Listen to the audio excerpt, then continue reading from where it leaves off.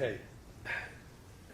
Nefesh International, the international network of Orthodox mental health professionals, gives out every year a prestigious award for service and contribution to the mental health world. Since its inception, this award was only given to one person who's not a mental health professional. He's mentally healthy. That much I can attest. And he's a dear good friend and a dear friend of this program, who also, like myself, puts himself behind it. My pleasure to introduce someone who needs no introduction, Ronnie Greenwald.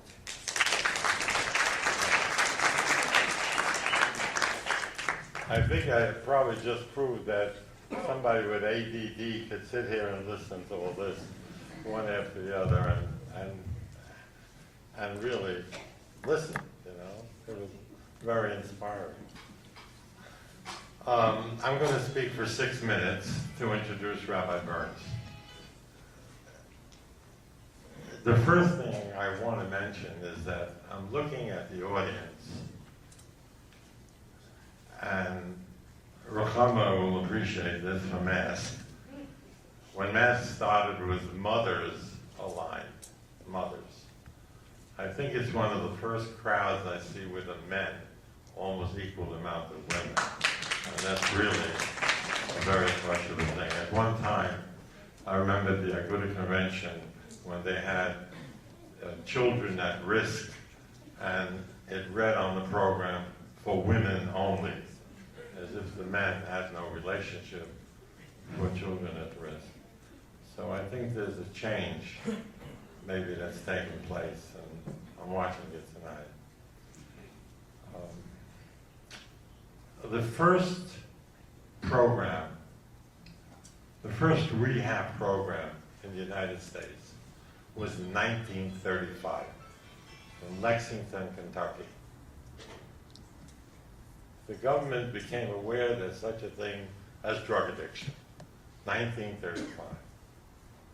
My first experience with drug addiction was 45 years ago, in 1969. I had a young man from Williamsburg that literally hung around my house. He lives in Williamsburg, I live in Borough Park.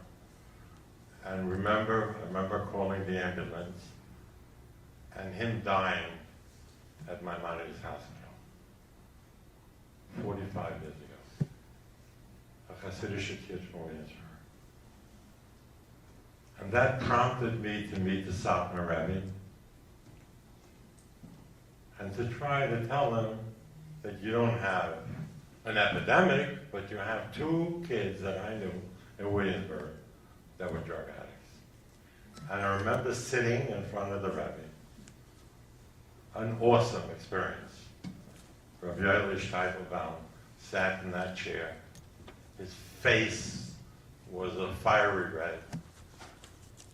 And I remember I couldn't explain what is drugs.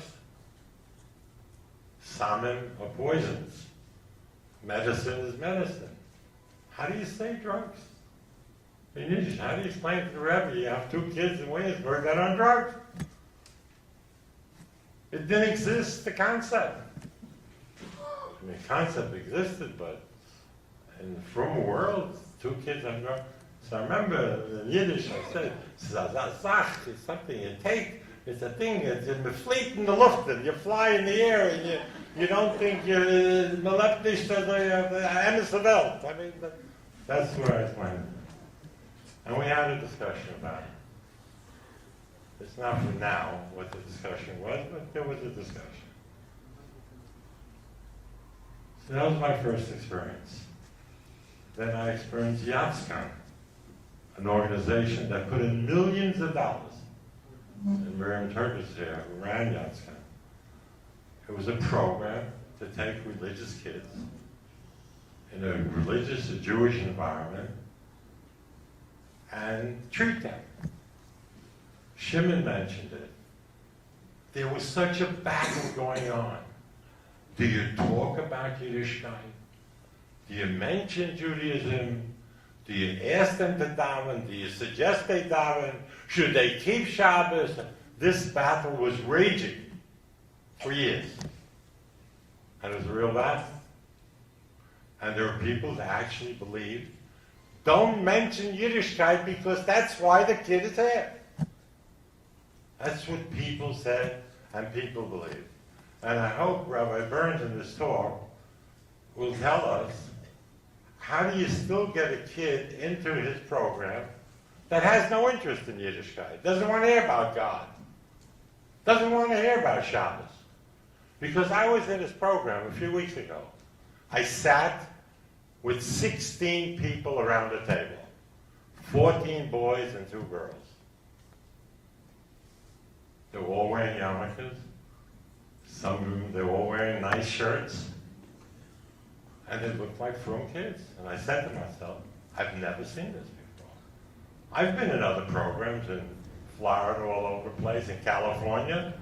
You couldn't tell the difference between the Jewish kids and the non-Jewish kids. And here they look like yeshiva kids. And they were quoting the 12 steps.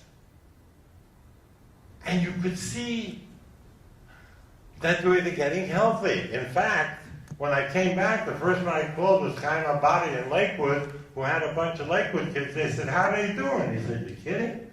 They're terrific. The kids that came back from Rabbi Burns and Mrs. Burns, they're doing unbelievable. And I saw it. And I watched it. And I'll tell you what impressed me the most. I'm going to finish with this. I was also learning, I'm still trying to learn about kids at risk and why they go off and why do they take drugs. And I was asking these boys and girls questions, why they're here, what is it in their life that brought them here? Why are they here? What was the trauma they experienced? And I'll never forget, I don't know if you remember, Robert Bright, one young man looked at me and said, why do you have to know the reason? Why is that important to you? It's up to us. What, are we going to blame our parents? We're going to blame our Rebbe? We're going to blame our Xavier? It's us. We're not here to blame anybody. We're here to fix ourselves. And I went back and I told my wife, I never heard this before. Because every time I talk to kids that's written, my mother did this, my father did this, my Rebbe did this, my friend did it. They said, that's not where the problem is. The problem is in us. And I think our young man before was mentioning that.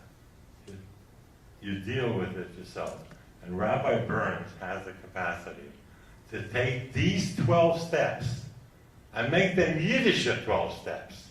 That's such a chachma. You can't imagine.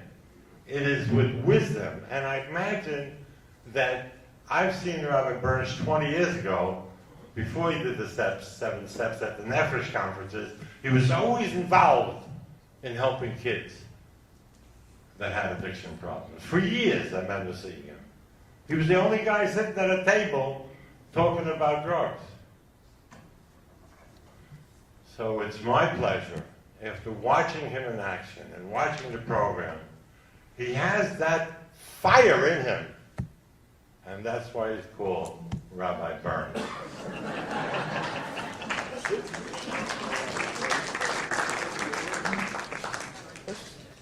Rabbi Burns, the founder and director of Turn the 12 Steps.